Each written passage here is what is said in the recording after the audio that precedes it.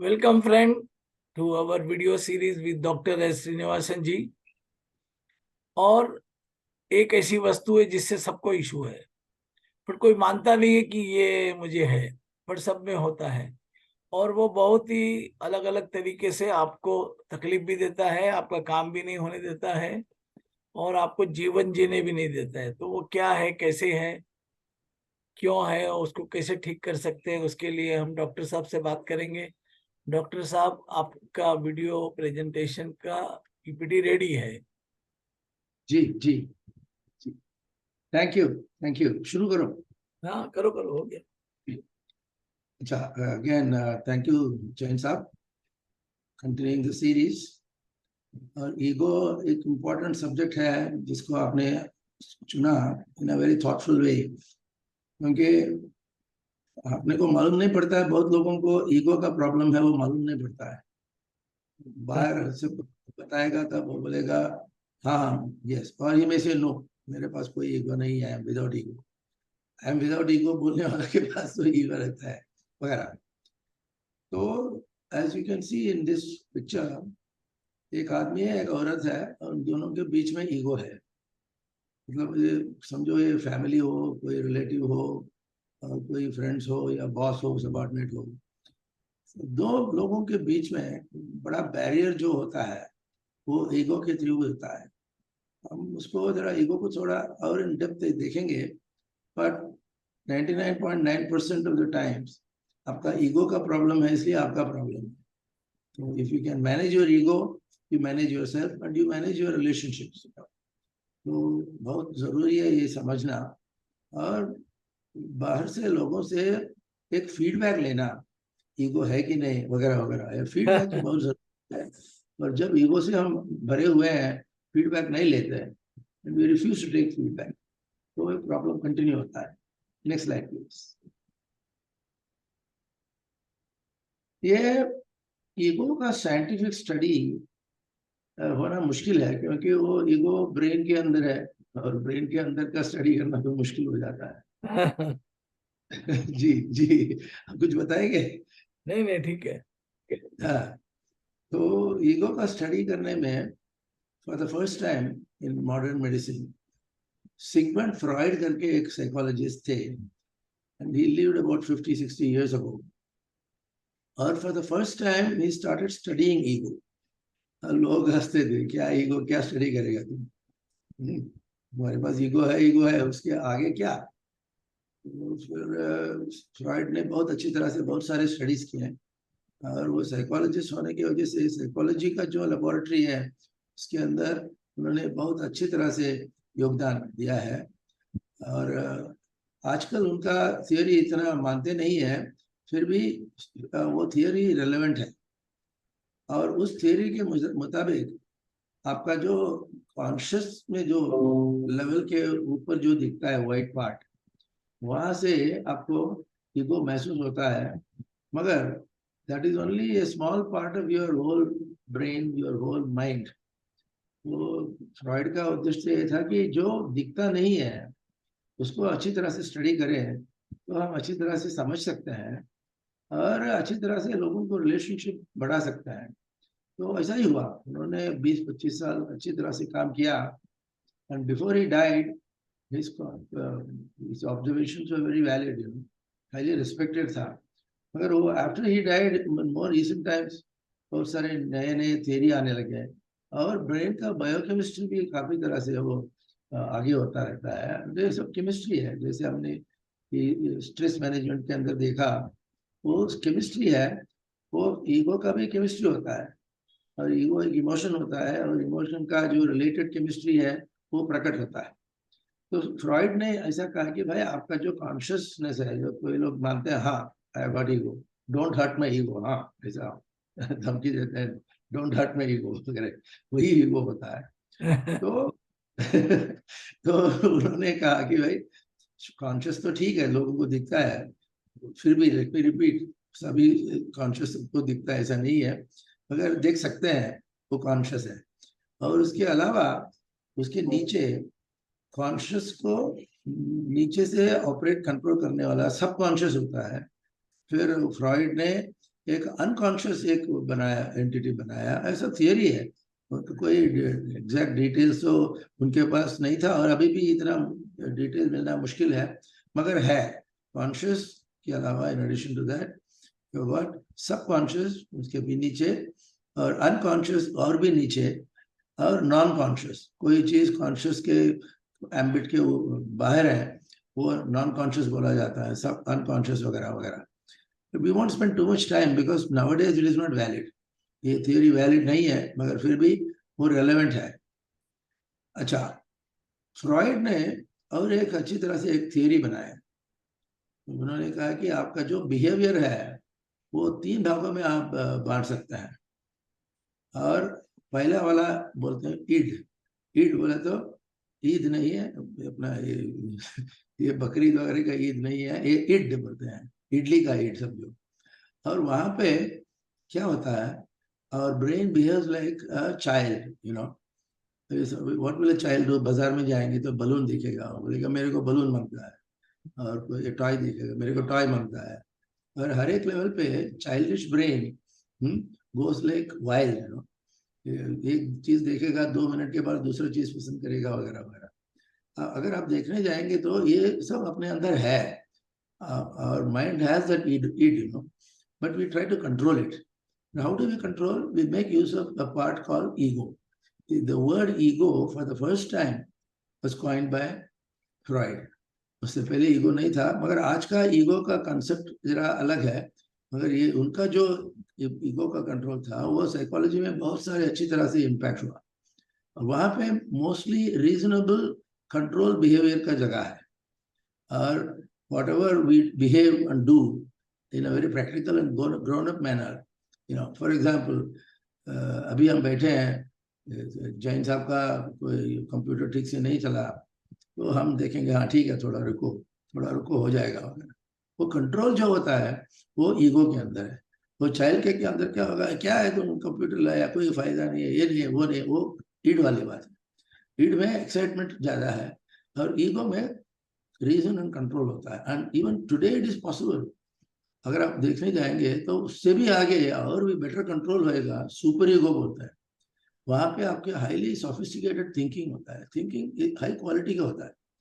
हर एक के अंदर ये सुपर ईगो जो बोलते हैं ना, उनके फ्रॉइड के हिसाब से आपको perfection, you are looking for perception, where there is God, there is a ghost, where is this, where is that, you know. Christians में घोस्ट बोलते हैं। तो ये सब कंट्रोल करने में सुपर ईगो का रोल है, and it's a philosophical and spiritual ideal. Now, this is the classification which you can understand and appreciate. मेरे अंदर भी ईड है, मेरे अंदर ईगो है, और मेरे अंदर सुपर ईगो भी है। और in today's parlance, you know, ये जो बात करते हैं, रूटीनली जो बात करते हैं, वहां पे we use terms which are variable. For example, हम बोलते हैं एरोगेंस, ईगो ज्यादा हो गया। हाँ, कोई आदमी जो दूसरों से ठीक तरह से बर्ताव नहीं करता है, शो ऑफ करता है, घमंड हो गया। हाँ, हेडवेट बोलते हैं उसको, तमिलनाडु में हेडवेट बोलते हैं। तो एरोगेंस जो बोलते हैं स्ट्रांग है, and it is still valid today. And many times if you want to say ego and all that, उससे भी बढ़कर आपको किसी को गाली देना या उसको नेगेटिव बताना है, तो आप बोलेंगे एरोगेंट है, वो आदमी बहुत एरोगेंट है यार, उसके पास मत जाओ, वो बात नहीं करेगा। कि इसका एक उदाहरण अभी 2-4 दिन पहले ही हुआ था। और अपने सुधा मूर्ति करके, नारायण मूर्ति के मिसेस और Narayana Murthy himself, they were travelling from London to Bombay. और वो 8 घंटे का 8 आवर्स और 9 आवर्स का फ्लाइट है। और वहाँ पे बैठे बैठे उनके बाजू में कौन बैठी थी? करीना कपूर बैठी थी। क्योंकि वो सब लोग एग्जीक्यूटिव क्लास, फर्स्ट क्लास में ट्रैवल करने वाले लोग हैं, पैसे वाले हैं। तो करीना कपूर, करिश्मा कपूर नहीं, करीना कपूर और नारायण मूर्ति बैठे थे। And plane took off, and then people started coming to their seat, you know, they wishing them, how are you sir, वगैरह वगैरह। पर वो करते करते वो बाजू में जो बैठी थी, करीना, करिश्मा कपूर, करीना कपूर, दोनों तो ईगो का भी बड़ा ईगो है। वो छोटी वाली है। Correct, miniature. तो वहां पे कोई भी ग्रीटिंग करने को आएगा, हाँ, तो नारायण मूर्ति जरा अपनी जगह से थोड़ा 2 इंच उठ के, जरा बेंड करके, रेस्पेक्ट देके, कर्टसी लेके सब लोगों से इन्वॉल्व करते थे, कोई भी हो। You could be just clerk in the airlines और समथिंग। Whereas वो Kareena Kapoor I always get it mixed up, वो उन तरफ, उनके तरफ देखेगी भी नहीं। See if you are a big guy, ठीक है, but you should at least acknowledge ना समबडी इज विशिंग यू। नहीं करते थे। आर्मी में ऐसा है, आर्मी जनरल वगैरह इतने बड़े बड़े लोग हैं, और एक सिपाही उसको सल्यूट करेगा तो by law you have to salute back, otherwise you are not in army. हाँ, आजकल कितने मनाए जाते हैं मालूम नहीं है, मगर स्पाइट ऑफ द रैंक, कोई भी रैंक हो, आप अपने सबॉर्डिनेट को वो हेलो करेगा, वो सल्यूट करेगा, वो सल्यूट आप करेंगे। That is real teaching of humility. और ये करीना कपूर और करिश्मा कपूर दोनों, it doesn't matter who is who, तो इतना एरोगेंस है कि कोई किसी को देखेंगे भी नहीं। हाँ, इतने नजदीक आके नमस्कार वगैरह बोलते हैं, नहीं दिखते हैं। That is real real arrogance, haughty, highly insulting behaviour, and that is there in many people. Many people don't refuse to pay back their conceits, वगैरह वगैरह. So today, by and large, we use the word arrogance in a very strong sense. Strong है तो arrogance, ego हाँ ठीक है, self interest और भी ठीक है, वगैरह वगैरह. तो ये टर्मिनोलॉजी थोड़ा अपने को समझना पड़ेगा और उसको समझ के इस्तेमाल करना पड़ेगा. Next slide please. और ऐसा एक कहना है कि अहंकार को अहंकार से नहीं, अहंकार को अहंकार से नहीं प्यार से मारा जा सकता है. अहंकार को अहंकार करेंगे तो और भी बढ़ेगा. तो महात्मा गांधी ने वही कहा कि किसी ने आपको थप्पड़ मारा चेहरे पे, आप फिर से थप्पड़ मत मारो, अपना दूसरे साइड का ये चेहरा दिखाओ ताकि वहां से वो थप्पड़ मार सके. ये इतना बहुत महात्मा गांधी का बहुत एक्सट्रीम है, वो तो एकदम खास आदमी थे, तो उनके लिए वो सब चलेगा. बट इन आवर केस कोई थप्पड़ मारेगा तो हम वापस थप्पड़ मारने की कोशिश में रहेंगे. तो इसलिए जो अहंकार करे उससे भी आप हमेशा प्यार करें. ये प्रिंसिपल है in Christianity also, it's there in Hinduism, in all religions. Basic courtesy of human behaviour जो है, किसी ने आपको मारा, कुछ नेगेटिव किया, आप उसको फिर से दोबारा नेगेटिव मत करो, उसको पॉजिटिव में ये करो, चेंज करो, बदलाव लाने को कोशिश करो. हर एक आदमी को आप अच्छी तरह से जो बर्ताव करके उसका अच्छा लेवल पे उसका रिएक्शन कर सकते हैं तो अच्छा है, वो आपके लिए अच्छा है, उस आदमी को भी अच्छा है. तो ये अपने संस्कृति में लिखा हुआ है. और एक चीज ऐसा है कि जब हम भगवान से प्रार्थना करते हैं कि हमको सद्बुद्धि दे, भगवान से हम प्रार्थना करते हैं पैसा दो, गाड़ी दो, ब्यूटीफुल वाइफ दो, वो तो करते ही हैं, मगर हम ये भी प्रार्थना करते हैं कि सद्बुद्धि दे, अच्छा बुद्धि दे. अच्छा बुद्धि देने के लिए आप परमेश्वर के चरणों में पहुंच जाओ. तो जो परमेश्वर के चरण में अपना माथा टेकेगा वो सद्बुद्धि के लिए करेगा. पैसा के लिए वो तो कहीं भी जा सकता है, और रामदेव के पास जा सकता है, और कृष्णदेव के पास जा सकता है वगैरह. तो कबीर जी ने ऐसा कहा कि जब मैं था, मेरे हृदय में, मेरे मस्तक में, मैं, मेरा, आई, मी एंड माई सेल्फ जो बोलते हैं ना अंग्रेजी में, तो जब तक वो है तब तक वो भगवान को अपने दिल में बैठने का कोई जगह ही नहीं. मगर भगवान को अंदर बुला के बिठाने के लिए आपको कुछ जगह क्रिएट करना पड़ेगा. तब कभी बोलते हैं जब मैं था तब हरि नहीं, क्योंकि जगह नहीं है, इधर हरि और मी. तो अब हरि है, मैं ना, जब हरि है तो मैं नहीं. जब मैं है तो हरि नहीं, हमारे हरि है तो मैं नहीं. हाँ, सब अंधियारा मिट गया, दीपक देखा माही. ये सब अंदर का तात्पर्य समझने के लिए, अपने फिलोसफी समझने के लिए आपको भगवान के चरणों में जाके, हाँ, ज्ञान का और विवेक का जो लाइट है, वो ज्योति है, उसको प्रकाशित करिए. फिर ये आपका अच्छा लिबरेशन हो जाएगा. ये मोक्ष की तरफ जाने के लिए है. कि उन्होंने कहा कि जब, in short, if you are arrogant there is no room for God. If you are God, if you have God, there is no room for arrogance. ये ध्यान में रखना है. और इसी तरह से उसके रिलेशन अच्छे अच्छे बनते हैं, इसको ध्यान में रखते हैं। Next slide please. सर इसके पहले मैं कहूंगा, मैं का मतलब है ईगो। जब ये तक ईगो है तो आपको गॉड आपके पास नहीं आएगा, नहीं आएगा, और जब करेक्ट, गॉड आ गया तो ईगो नहीं आएगा। बिल्कुल। और मैं एक कहानी कहना चाहता हूँ कि रविन्द्रनाथ टैगोर एक बोट में, ऐसा शेड वाला बोट था, उसमें कुछ पढ़ रहे थे, दीपक जल रहा था, हाँ और हाँ रात का मून लाइट ऑन था, मतलब मून लाइट बड़े अच्छे तरह से था। हाँ तो लाइट जल रहा था तो मून लाइट अंदर नहीं आ रहा था। हाँ जैसे हाँ ही रविंद्रनाथ टैगोर थक गया और उन्होंने मूनलाइट बंद, दीपक को बंद किया, पूरा हाँ मूनलाइट हाँ अंदर आ गया। तो जब तक अपनी लाइट जल रही है, मैं जल रहा हूँ, तब तक जी बाहर की अच्छी चीज आपके पास अंदर नहीं आएगा। जी हाँ जी हाँ, वेरी गुड एग्जाम्पल।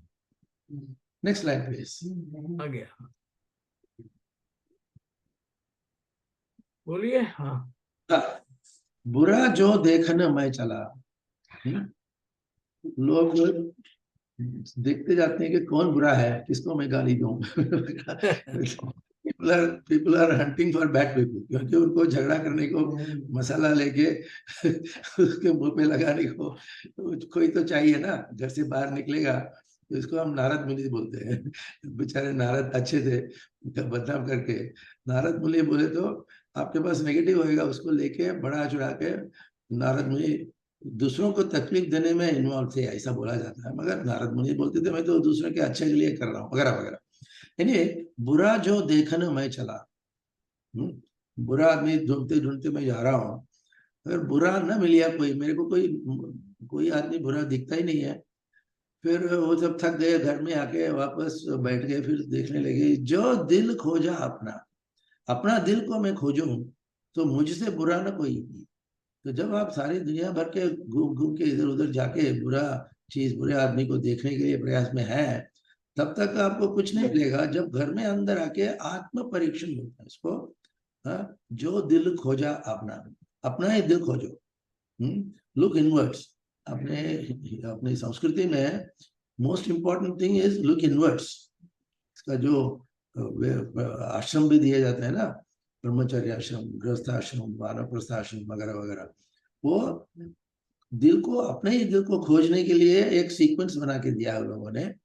तब आपको मुझसे बुरा न कोई, तो आपके नेगेटिव्स आपको ही समझ में आएंगे, फिर आप अच्छे इंसान बन जाएंगे वगैरह। तो ईगो जो है, जब वो अपने हृदय के अंदर ईगो है, तब लॉट ऑफ ब्लाइंड स्पॉट्स का, जैसे इस आदमी ने, बुरा आदमी बुरा चीज देखने को चला मगर देखा नहीं है, क्योंकि वो ब्लाइंड स्पॉट ऐसा निकल गया कि वो तो दुनिया को देखने के दृष्टिकोण बदल जाते हैं, एंड उसमें बहुत सारे गैप्स रहते हैं। Those gaps are called blind spots. अपने आंखों के अंदर ब्लाइंड स्पॉट रहता है, हर एक के अंदर है, मेडिकली हर एक आदमी के अंदर एक ब्लाइंड स्पॉट रहता है।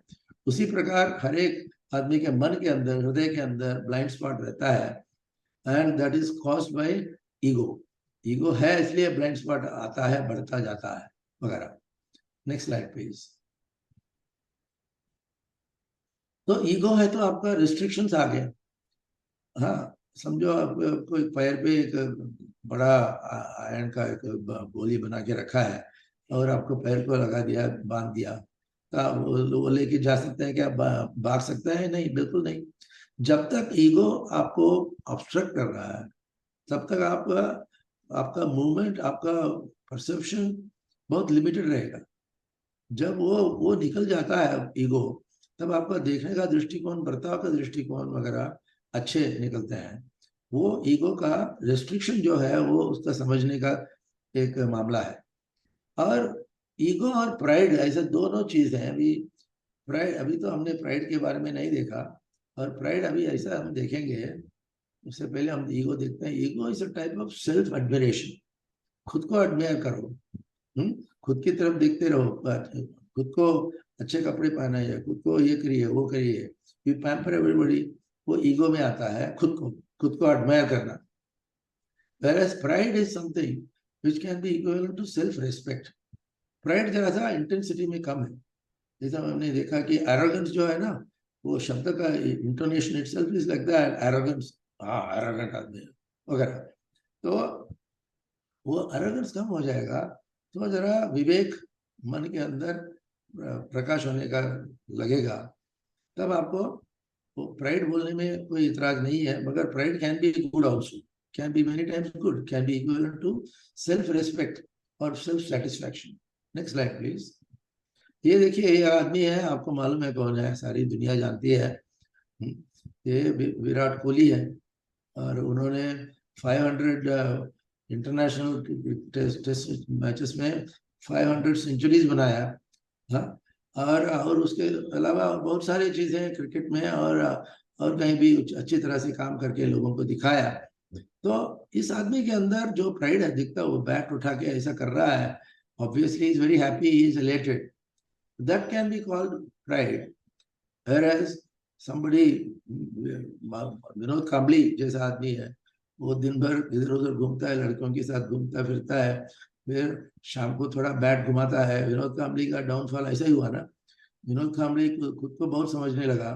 वो तेंदुलकर के साथ वो बैटिंग कर रहा था, वो खुद को समझने लगा कि मैं बड़ा हूँ, तेंदुलकर से मैं बड़ा हूँ, ऐसा बोलने लगा।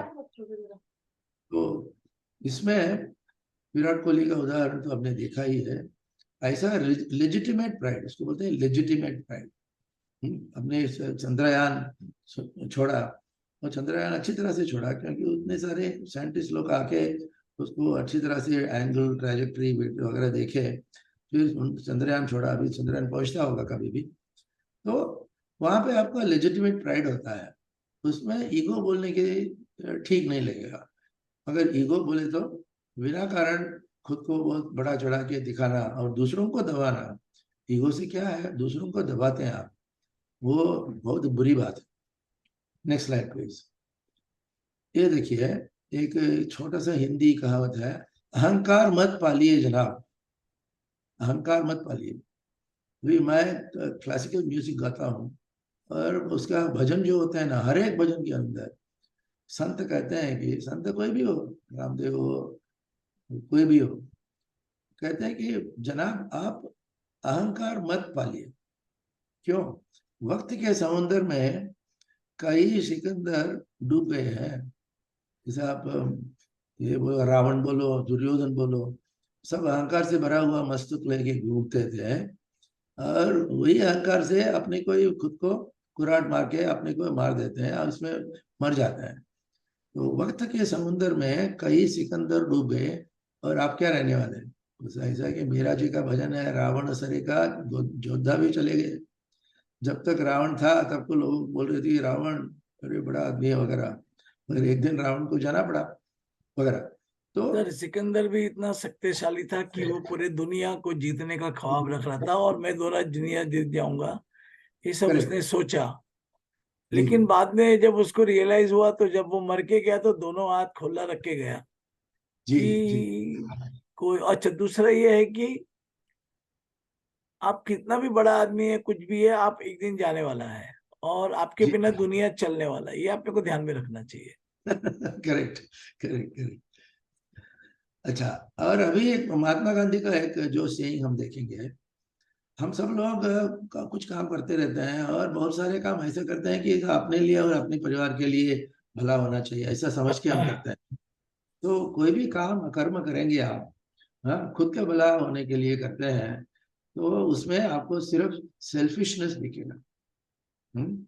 तो कुछ बेबी के लिए अच्छी तरह से कुछ साड़ी लाया, समझो ड्रेस लाया, मगर उसके अंदर सेल्फिशनेस है, लेकिन मेरी बीवी अच्छी तरह अच्छी दिखना चाहिए वगैरह, उसको हम इगोटिज्म बोलते हैं। वो ईगो हमने जो देखा, वो इगोइज्म नहीं है, वो अलग है, इगोटिज्म बोलते हैं।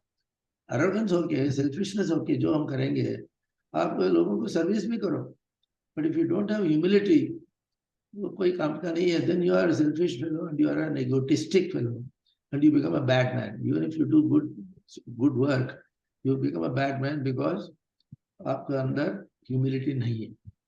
सेम वे, उदाहरण के शोले, ये शोले इतना प्रचंड जोर से चला बॉक्स ऑफिस में, अभी भी चल रहा है, कोई लोग अभी भी शोले देखते हैं, और टाइम लगा, मूड लगा वगैरह, तो पुराना कैसेट खोल के शोले देखने के बैठ जाते हैं, गब्बर सिंह का डायलॉग देखते हैं वगैरह वगैरह ना। इतना होने से एग्जैक्टली अल्टीमेटली निकला क्या? ये जो गब्बर सिंह जो आप देख रहे हैं उसको, this fellow what's his name, forget the name of the actor, तो वो आके उसको सीधा करना पड़ा, and that fellow had Sanjeev no Kumar. Hand. हाँ संजीव कुमार। हाँ हाँ हाँ, Sanjeev Kumar, correct right right, वो उसका नाम नहीं निकल रहा था। तो in spite of being handicapped, वो उसको आके कैसा मारा, लास्ट सीन में आप देखेंगे। तो उसका एक लेसन है, एक सबक है उसमें। आपके पास कोई भी ये नहीं है, कोई इंस्ट्रूमेंट नहीं है, कोई गन नहीं है, कुछ नहीं कुछ नहीं, दोनों हाथ गए हुए हैं, आप मर रहे हैं, तो सब उसी को मारा मारा जा सकता था, मगर नहीं किया, क्योंकि that is the victory of goodness over bad. वो दिखाने के लिए जीपी सिप्पी ने ये बताया कि भाई जब वो गब्बर सिंह मरेगा तब वो निरायुध रहेगा, कोई आयुध नहीं है उसके पास, हाँ, क्योंकि चलाने के लिए हाथ भी नहीं है, फिर भी वो अल्टीमेटली ही वन। तो उसका तात्पर्य ऐसा है कि truth is on your side, then none of this will help, you are going to go वगैरह।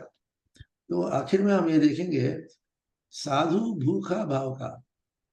साधु बोले तो सड़क में जाने वाला आदमी, ना कोई गाड़ी वाड़ी कुछ नहीं है, ऐसा ही 2 गज का कपड़े लेके अपने को कवर किया, बस वो जा रहा है, उसको हम साधु बोलते हैं। तो आजकल के साधु के पास मत जाओ, आजकल साधु बोले तो सब विपरीत करते हैं, और जो करना नहीं चाहिए वो सब साधु के नाम पे कर लेते हैं। तो है ऐसा, साधु भूखा भाव का, धन का भूखा नहीं। अब धन के पीछे भागेंगे तो आप साधु नहीं है। धन का भूखा जी फिरे, धन का भूखा जी फिरे, वो तो साधु ही नहीं। तो साधु खुद को साधु बना के, हाँ, ना कहा के कहवा के राष्ट्रपति का अवार्ड भी मिलवा सकते हैं, क्या पैसे से सब काम होता है। अब वो सब करके जो जा रहे हो वो साधु नहीं है वगैरह। तो यहाँ पे आपको ह्यूमिलिटी की जरूरत है। सिर्फ साधु लगा के भगवा का कपड़ा अपने के ऊपर लगा के आप जाएंगे, वो तो साधु नहीं बनते, वो सन्यास नहीं होते वगैरह वगैरह। तो थैंक यू जैन साहब, I hope I did some justice to the. Sir, ego जो समाप्त करने के लिए मैं एक पूरा समाप्त करता हूँ। 3 चीज बहुत इंपॉर्टेंट है। जी एक तो आपको किसी से कंपैरिजन नहीं करना है, हर आदमी अपने आप में यूनिक है। जी हाँ दूसरा, आपको हमेशा किसी से भी हम्बल और रिस्पेक्ट देके बात करना है। जी हाँ जी हाँ, और तीसरा, आपके पास जो है उसका ग्रेटिट्यूड करना है। भाई तीनों चीज करेंगे तो ईगो ऑटोमेटिक कंट्रोल में आ जाएगा, बिल्कुल बिल्कुल, सुपर वेरी सुपर ईगो हो जाएगा। हाँ, right thank you right. Sir, thank you. Thank you very much, thank you.